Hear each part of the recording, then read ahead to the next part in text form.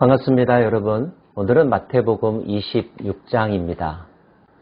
예루살렘에 들어오셨던 예수님, 그는 그 시대의 위선자들에게 경고와 책망의 말씀을 하셨죠. 예루살렘의 멸망과 심판, 그리고 새로 시작될 새로운 세상에 대한 예언의 말씀도 하셨습니다.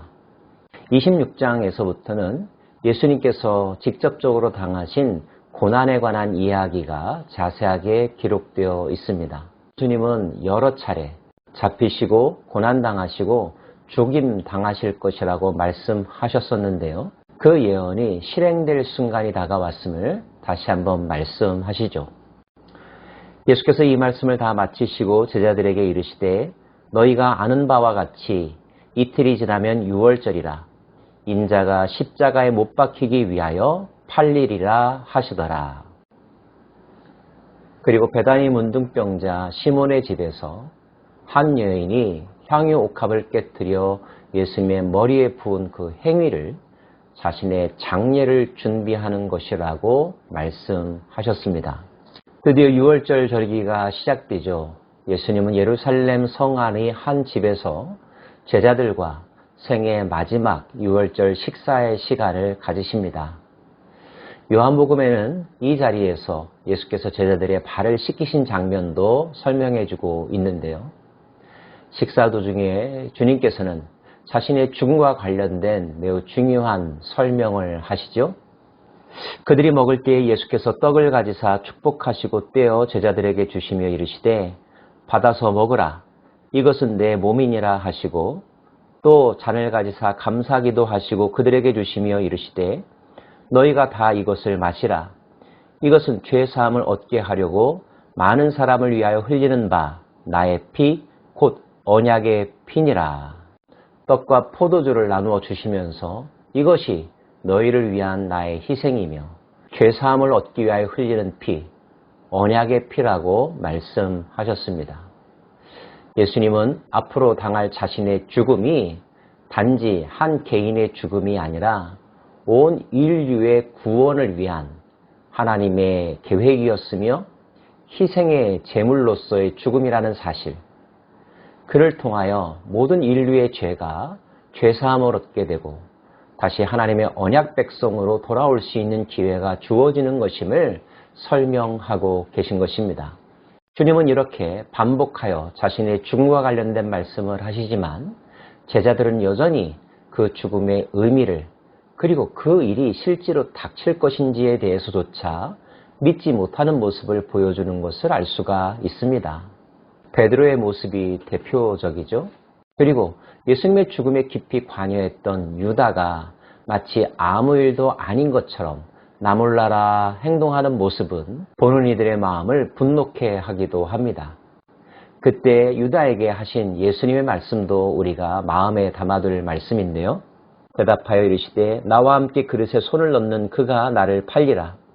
인자는 자기에 대하여 기록된 대로 가거니와 인자를 파는 그 사람에게는 화가 있으리로다.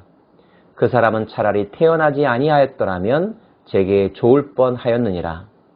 예수를 파는 유다가 대답하여 이르되 랍비여 나는 아니지요. 대답하시되 내가 말하였도다 하시니라. 한 개인의 어떠함에 상관없이 이 세상은 하나님의 계획대로 움직여질 것입니다. 그러나 그 하나님의 섭리의 과정 중에서 한 개인이 어떤 역할을 하는가, 하나님의 뜻에 합력하여 선을 이루는 역할을 하는가, 반대로 하나님의 뜻을 거슬리는 행동을 하는가, 그 사람에 대한 책임은 반드시 지게 될 것이라는 것.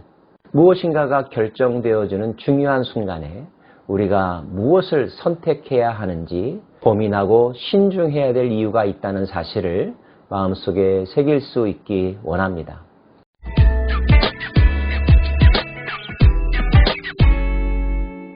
유월절 식사를 마치신 주님은 제자들과 함께 겟세마네 동산으로 가셨죠. 이에 예수께서 제자들과 함께 겟세마네라 하는 곳에 이르러 제자들에게 이르시되 내가 저기 가서 기도할 동안에 너희는 여기 앉아 있으라 하시고 베드로와 세베대의 두 아들을 데리고 가실새 고민하고 슬퍼하사 이에 말씀하시되 내 마음이 매우 고민하여 죽게 되었으니 너희는 여기 머물러 나와 함께 깨어 있으라 하시고 조금 나아가사 얼굴을 땅에 대시고 엎드려 기도하여 이르시되 내 아버지여 만일 할만하시거든 이 잔을 내게서 지나가게 하옵소서. 그러나 나의 원대로 마시옵고 아버지의 원대로 하옵소서 하시고 자신에게 닥칠 가장 큰 위험의 순간에 앞서서 기도하셨다는 사실. 우리가 어떤 일을 겪을 때, 당황할 때, 걱정과 염려가 있을 때 무엇을 해야 할지를 예수님은 분명하게 보여주십니다. 기도의 내용도 우리가 본받아야 될 내용이죠. 마음속에 있는 바를 하나님께 쏟아붓기는 하셨지만 그러나 최종적으로 주님께서 하신 기도의 내용은 무엇입니까? 나의 원대로 마옵시고 아버지의 뜻대로 되기를 원합니다 라고 기도했습니다. 모든 결정권을 하나님께 맡기는 위탁의 기도, 위임의 기도를 드리셨다는 것.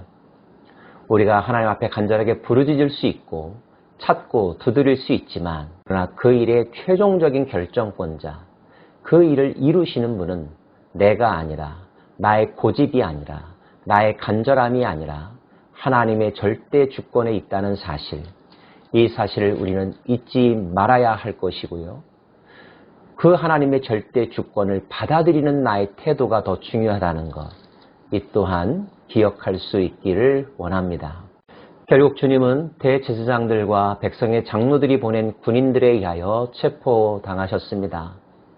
체포당하는 순간 예수님을 보호하고자 베드로가 몸부림쳤지만 예수님은 그의 행동도 만류하셨죠. 이에 예수께서 이르시되 내 칼을 도로 칼집에 꽂으라. 칼을 가지는 자는 다 칼로 망하느니라. 너는 내가 내 아버지께 구하여 지금 12군단 더 되는 천사를 보내시게 할 수 없는 줄로 아느냐. 내가 만일 그렇게 하면 이런 일이 있으리라 한 성경이 어떻게 이루어지겠느냐 하시더라. 지금 당하는 일이 부당한 일일 수 있고 견디기 어려울 수 있는 일이어서 내가 뭔가를 할 수도 있겠지만 그러나 나의 마음과 나의 한을 푸는 것이 중요한 것이 아니라 하나님 아버지의 뜻을 이루는 것이 더 중요하기 때문에 나는 잠잠히 이 모든 과정을 감수하겠다는 말씀입니다.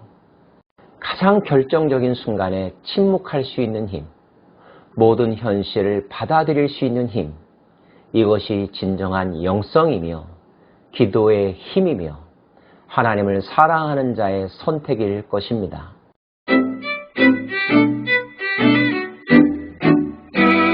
결국 예수님은 공회 앞에 서셨습니다.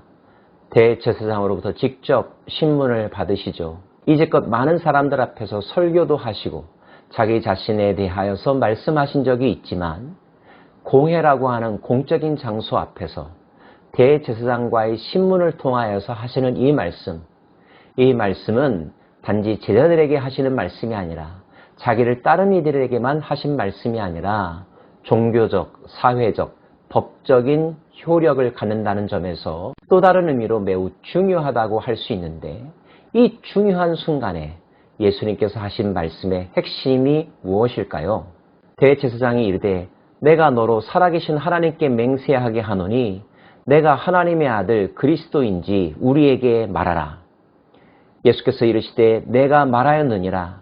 그러나 내가 너희에게 이르노니 이후에 인자가 권능의 우편에 앉아 있는 것과 하늘 구름을 타고 오는 것을 너희가 보리라 하시니 이에 대제사장이 자기 옷을 찢으며 이르되 그가 신성모독하는 말을 하였으니 어찌 더 증인을 요구하리요. 보라 너희가 지금 이 신성모독하는 말을 들었도다. 예수님이 이 법정 증언이야말로 이제까지 예수님께서 해오셨던 일, 전하고자 하셨던 진리의 핵심이라고 말할 수 있습니다.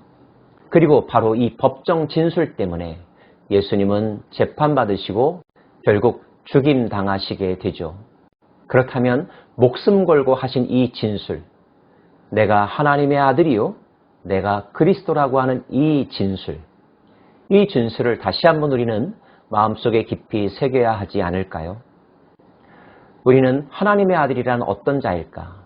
그리스도는 어떤 모습으로 오실까에 대하여서 궁금함을 갖곤 합니다. 그런데 이제까지 예수님께서 보여주시는 삶이 그것이 바로 하나님의 아들의 삶이며 그리스도의 길이라는 것.